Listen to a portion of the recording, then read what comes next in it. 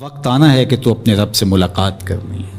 ارشاد فرمایا کہ اذا احب عبدی لقائی احببت لقاءہ وَإِذَا كَرِهَ لِقَائِي كَرِهْتُ لِقَاءَهُ، جب میرا بندہ مجھ سے ملنے کی چاہت رکھتا ہے تو میں بھی اس سے ملنے کی چاہت رکھتا ہوں۔ پھر وہ ملاقات تو پھر زندگی کی آرزو ہے کہ میں اس کے حضور جاؤں، لیکن اچھے اعمال کا ذخیرہ ہوگا تو پھر ملنے کی آرزویں ہوں گی۔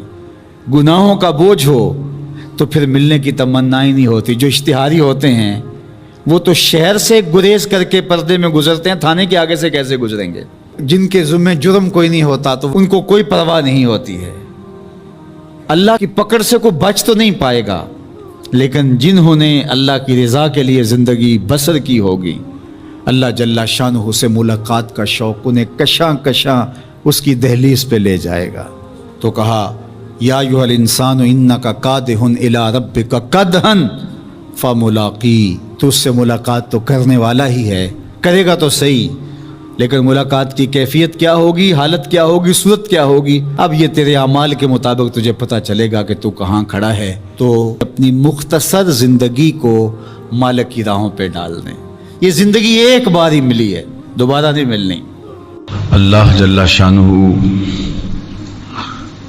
کے ذکر کے دائرے میں زندگی بسر کرنے کی ترغیب دی گئی ہے۔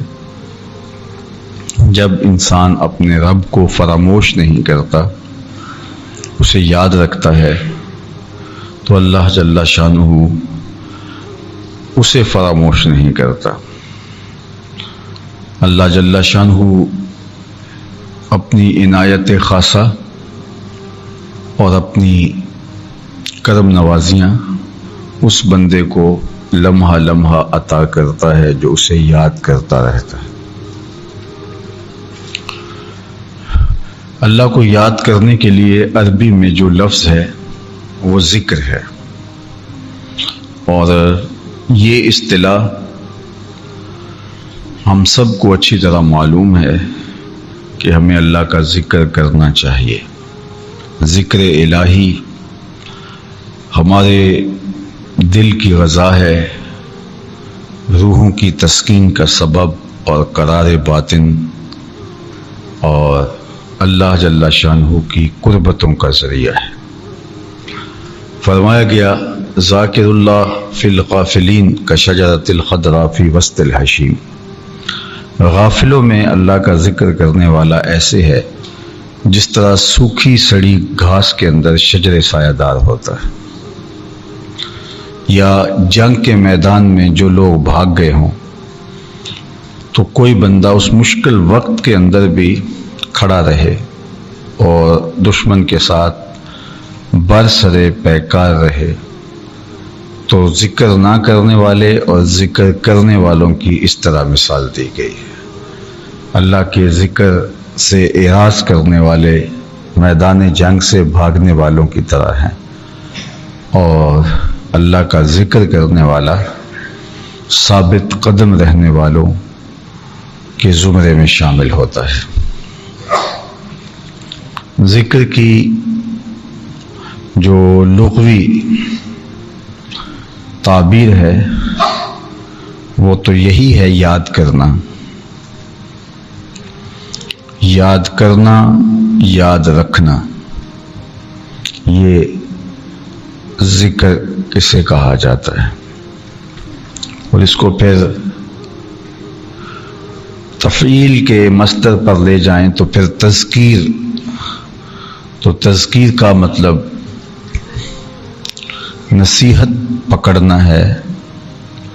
تذکیر کا مقصد کسی کو یاد کر کے اس سے عبرت حاصل کرنا ہے۔ اللہ نے ہمیں قرآن مجید میں تذکیر کا حکم بھی دیا گیا ہے۔ تذکیر بالقرآن، قرآن سے تذکیر حاصل کرنا، تذکیر بے آلاء اللہ، اللہ کی نشانیوں سے تذکیر حاصل کرنا، سابقہ امتوں کے احوال سے تذکیر حاصل کرنا، اور مجرد معنی میں ذکر کی ترغیب بھی ارشاد فرمائی یا ایھا الذین آمنوا اذکروا اللہ ذکرا کثیرا، اے ایمان والو اللہ کا کثرت کے ساتھ ذکر کرو۔ تو وہ عمل جس کا اللہ جل شانہ نے کثرت کے ساتھ کرنے کا حکم دیا، وہ چیز جو کثرت کے ساتھ بجا لانے کے حکم کے ساتھ جڑی ہوئی ہے، وہ اللہ کا ذکر ہے۔ یا ایھا الذین آمنوا اذکروا اللہ ذکرا کثیرا۔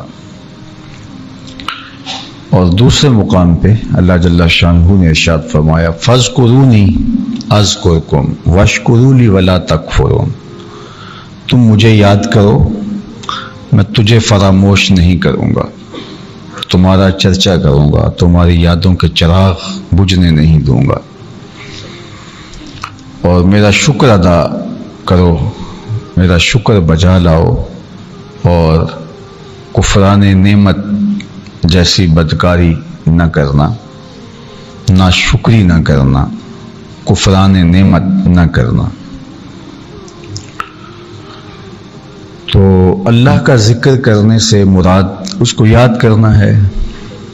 اور یہاں علماء تفسیر نے لکھا کہ اس کا مطلب یہ ہے کہ مجھے اطاعت سے، فرما برداری سے یاد کرو، میں تمہیں اجر و ثواب سے یاد کروں گا۔ یعنی میرے ذکر کا مفہوم یہ ہے کہ تم میری اطاعت بجا لاؤ، میرے حکموں کو مانو، اور میں پھر تمہیں یاد کروں گا۔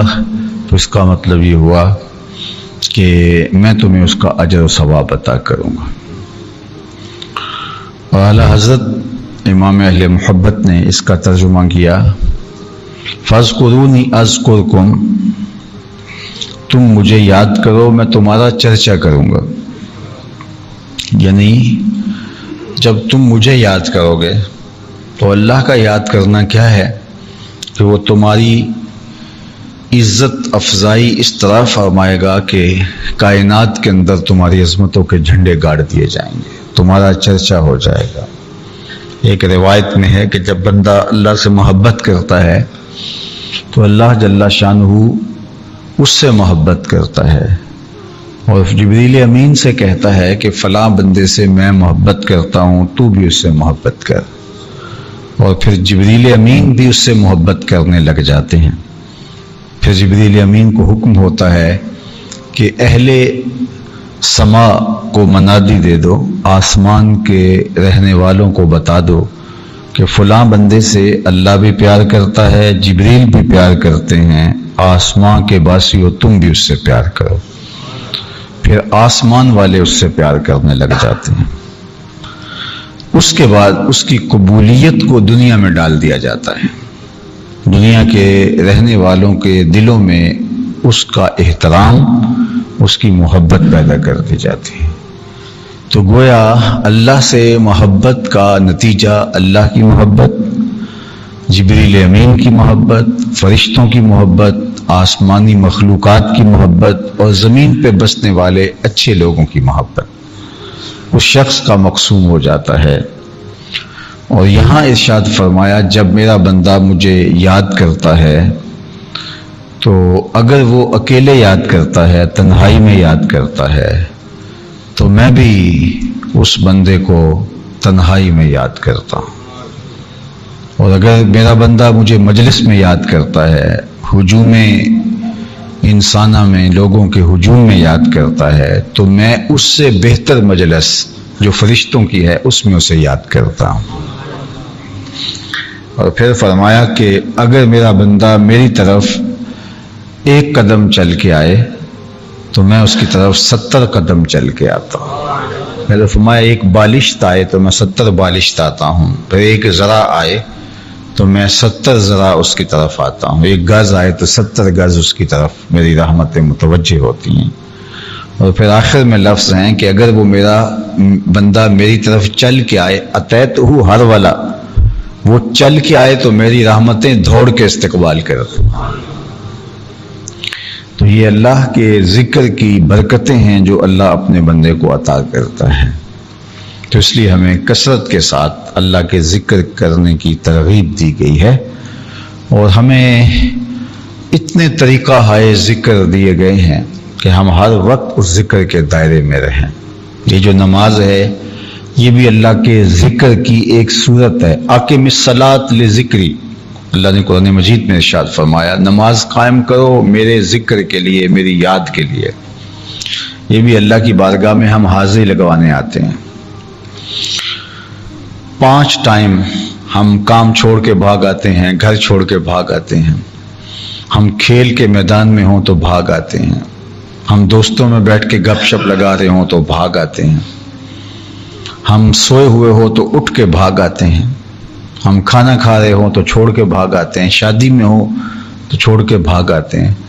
تو 5 مرتبہ ہم سارے کاموں سے جس بھی نوعیت کا کام کیوں نہ ہو، امور سلطنت سر انجام دے رہے ہوں، یا اپنے بچوں میں بیٹھے ہوں، یا بیوی کے ساتھ بیٹھ کے ملاعبت کر رہے ہوں، یا کھیل کود میں مصروف ہوں اپنے دوستوں کے ساتھ، یا اہم ترین کاموں میں لگے ہوئے ہوں، ہم جو بھی کر رہے ہوں سب چھوڑ کے 5 مرتبہ آ کے رب سے کہتے ہیں مالک یہ کام کاج دنیا کے یہ تو ہمارے ذمے ہیں، لیکن ہم حاضری لگانے آئے، ہم تیرے ہی بندے.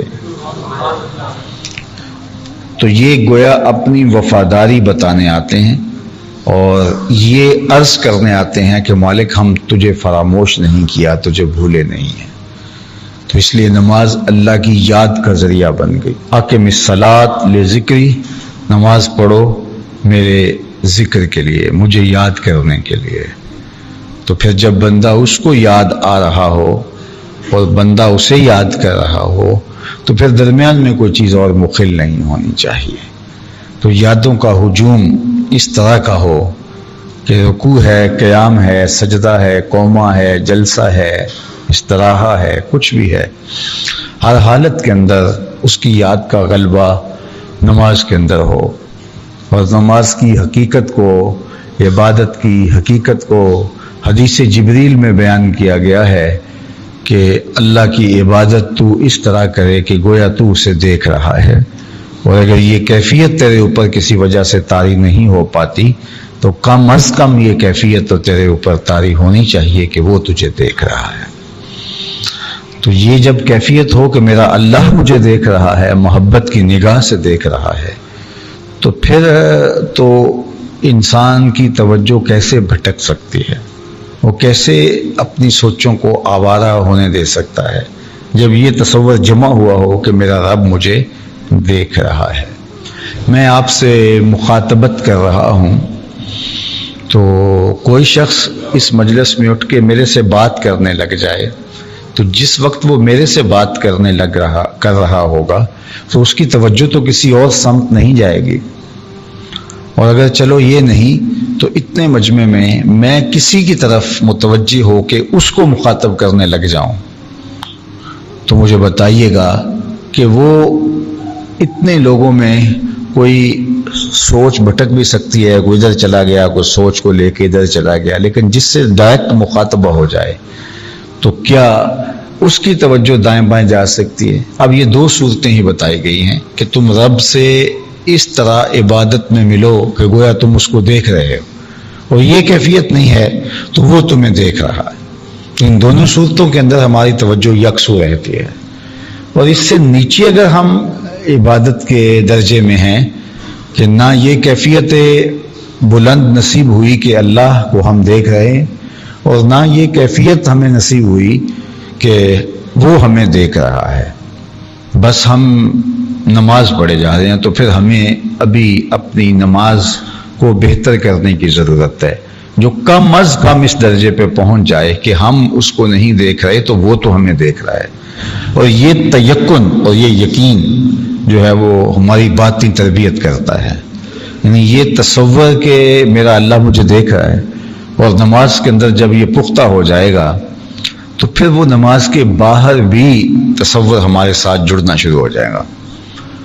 ہم نماز کے ساتھ اس تصور کو لے کے اپنے گھر بھی چلے جائیں گے کہ میرا اللہ مجھے دیکھ رہا ہے، اور یہ حقیقت ہے کہ وہ ہمیں دیکھ رہا ہے.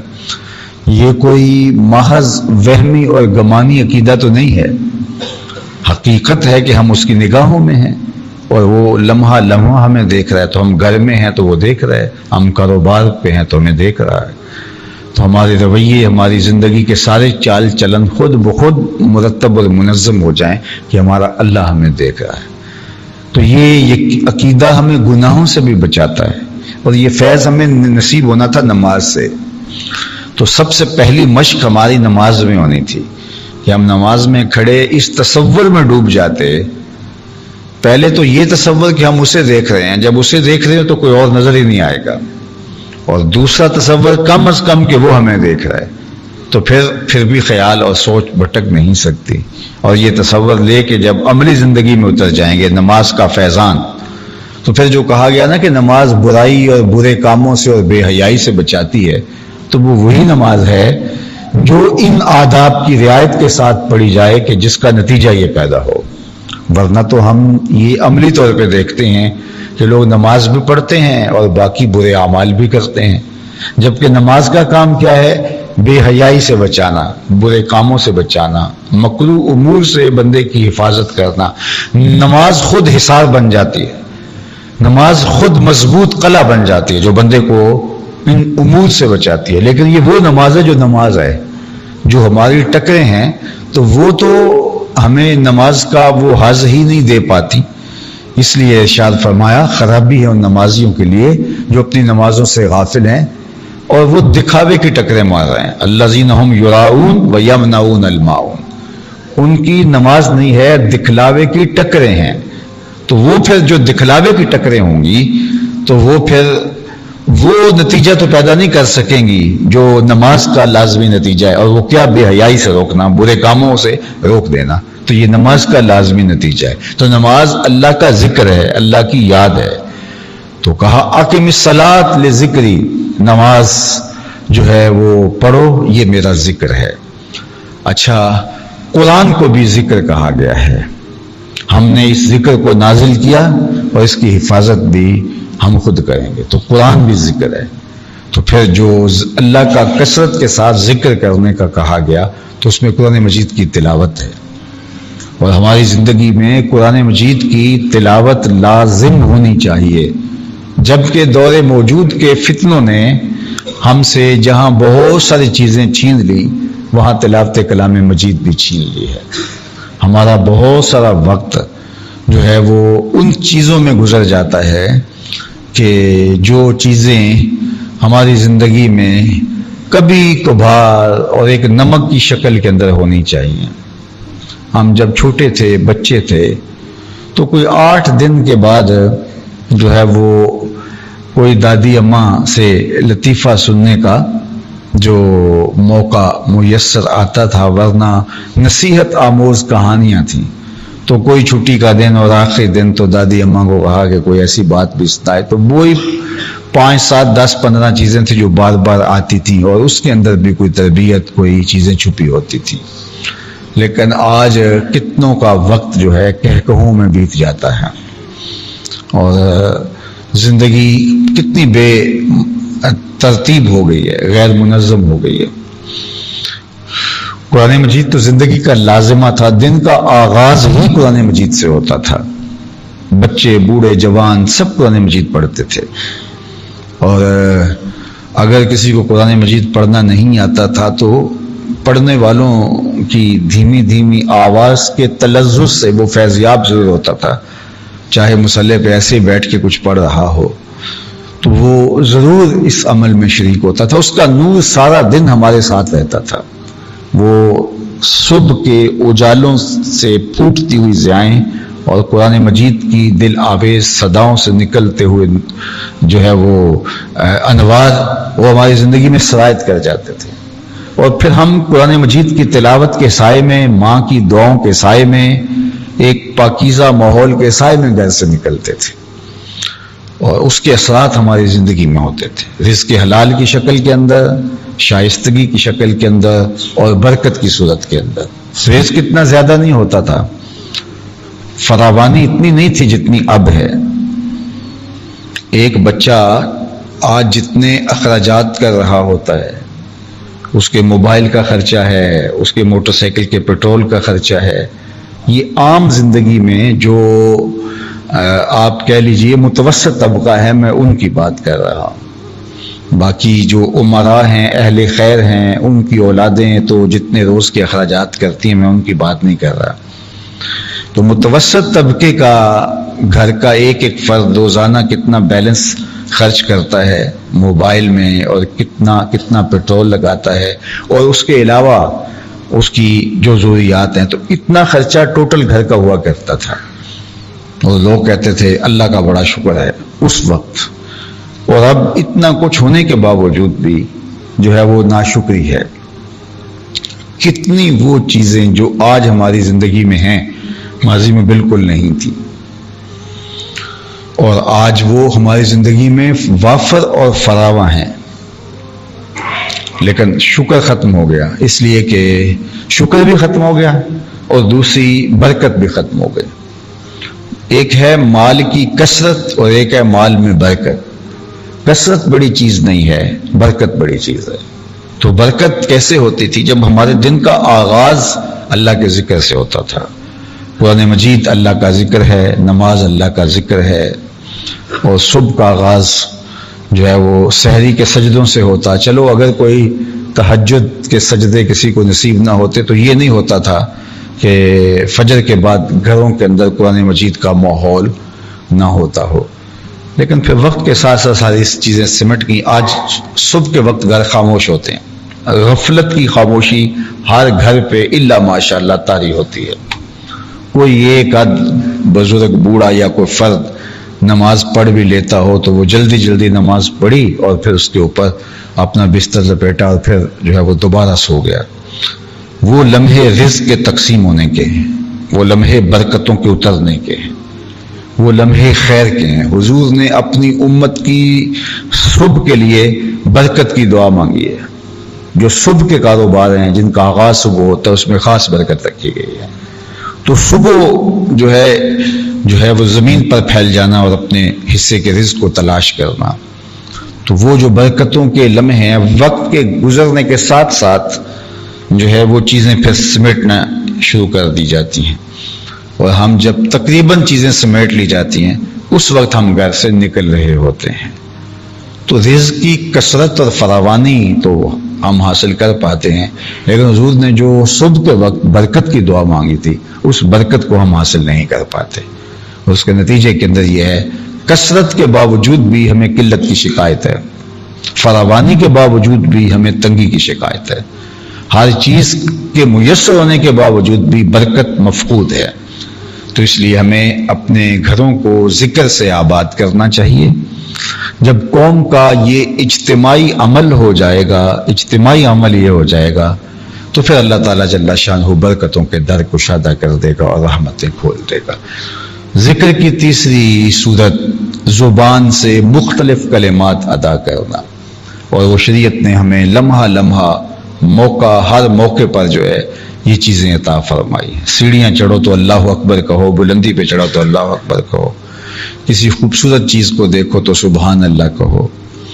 اسی طرح سونے سے پہلے، سونے سے اٹھنے کے بعد، واش روم میں جاتے ہوئے، واش روم سے نکلتے ہوئے، وضو کے لیے جاتے ہوئے، وضو کے بعد فارغ ہونے سے، نمازیں خود اللہ کا ذکر ہے لیکن نماز کا سلام پھرتے ہی اللہ کے ذکر کی تلقین، مختلف احادیث کے اندر اوراد و وظائف بیان فرمائے گئے، اور وہ اوراد و وظائف کے ذریعے سے اللہ کا ذکر کرنا، دو نمازوں کے درمیان اللہ کا ذکر کرنا، آئینہ دیکھتے ہوئے، کپڑے لباس پہنتے ہوئے۔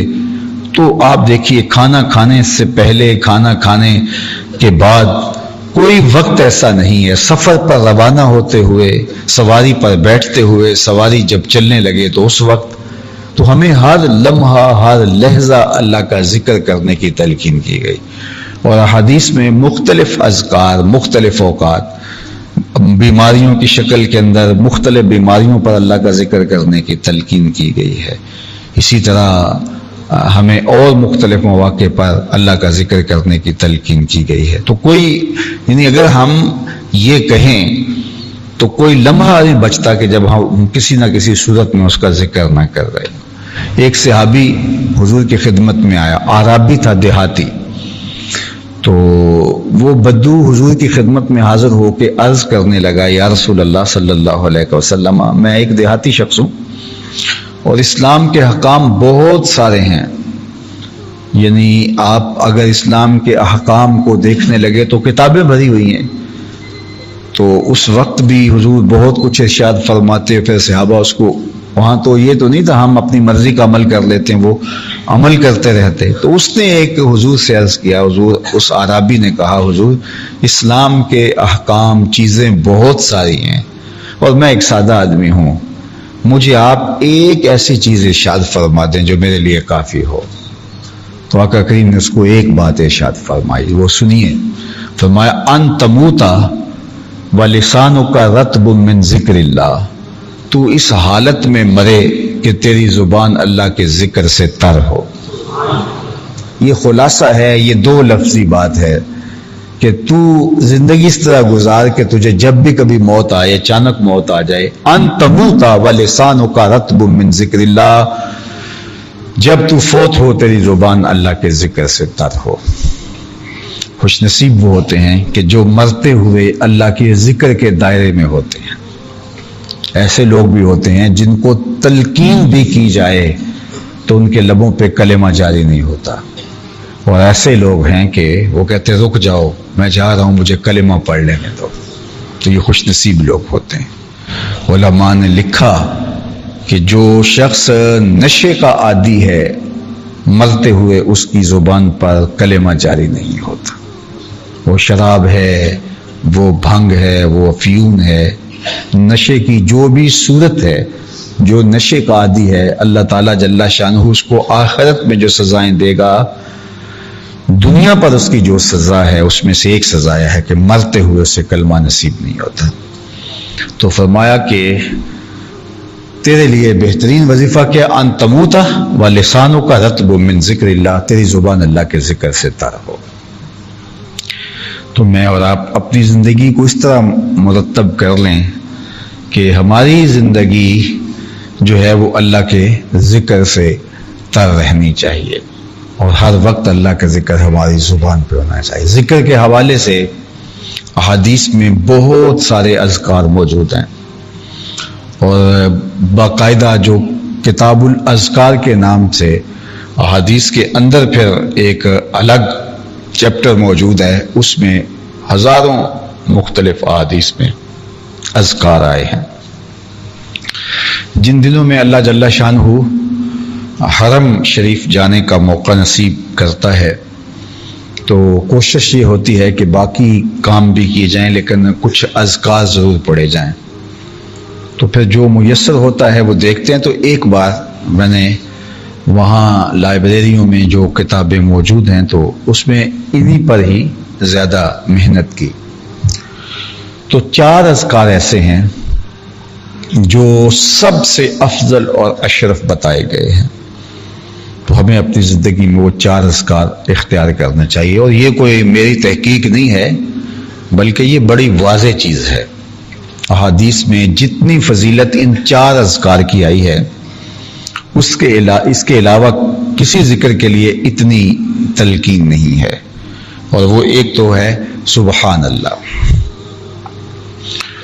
اور ایک ہے الحمدللہ، اور ایک ہے لا الہ الا اللہ، اور ایک ہے اللہ اکبر. یہ 4 اذکار افضل ترین ذکر ہیں. یہ چاروں مشکل نہیں ہیں. الحمدللہ تملأ المیزان، جب کوئی الحمدللہ کہتا ہے تو میزان بھر جاتا ہے. یعنی جو میزان ہے نامہ اعمال جس پہ تولے جائیں گے، الحمدللہ کا اتنا وزن ہے کہ میزان کے پلڑے کو جھکا دے گا. اور جب کوئی سبحان اللہ کہتا ہے اور زمین اور آسمان کے درمیان جتنی خلا ہے یہ ساری نور سے بھر جاتی ہے. لا الہ الا اللہ کو افضل الذکر کہا گیا ہے. تو یہ افضل ترین ذکر ہیں. سبحان اللہ، الحمدللہ، لا الہ الا اللہ اور اللہ اکبر. اور ایک حدیث پاک میں ایک 5ویں ذکر کا بڑی خصوصیت کے ساتھ تذکرہ ہے، اور وہ ہے لا حول ولا قوت الا باللہ. اس کو بیان کرتے ہوئے اللہ کے محبوب نے جو خاص بات ارشاد فرمائی وہ یہ تھی کہ عرش الہی کے نیچے ایک خزانہ خاص ہے. جو خزانے آپ کے خاص ہوتے ہیں جس میں آپ خاص چیزیں رکھتے ہیں وہ تو آپ اپنے بیڈ کے پاس ہی رکھتے ہیں نا، تاکہ جو ہے وہ محفوظ بھی رہے، اپنے اس خاص کمرے میں رکھتے ہیں۔ اللہ تعالیٰ زمان و مکان سے پاک ہے، لیکن عرش الہی اس کی تجلیات کا مرکز ہے۔ تو عرش الہی کے نیچے ایک خزانہ خاص ہے۔ حضور علیہ السلام فرماتے ہیں اس خزانہ خاص سے مجھے ایک خاص وظیفہ عطا کیا ہے اللہ نے، اور وہ وظیفہ ہے لا حول ولا قوت الا باللہ۔ تو یہ 5 وظیفے اور یہ 5 وظیفے ایک کلمے میں جمع کر دیے گئے، سبحان اللہ والحمد للہ ولا الہ الا اللہ واللہ اکبر ولا حول ولا قوت الا باللہ۔ تو یہ 5 کلمے افضل ترین ذکر ہیں، اور 2 چیزیں اور، ایک استغفار اور ایک درود شریف۔ تو یہ 7 چیزیں اپنی زندگی میں لازم کر لیں۔ زندگی کا کوئی دن درود شریف کے بغیر نہیں گزرنا چاہیے، زندگی کا کوئی دن استغفار کے بغیر نہیں گزرنا چاہیے، زندگی کا کوئی دن ان 5 وظیفوں کو ادا کرنے کے بغیر نہیں گزرنا چاہیے۔ اور اس کے علاوہ بھی جو بھی آپ کو اذکار جو ہیں وہ یاد ہوں، ازبر ہوں، یا کچھ وظائف کے ساتھ آپ کی مانوسیت ہو،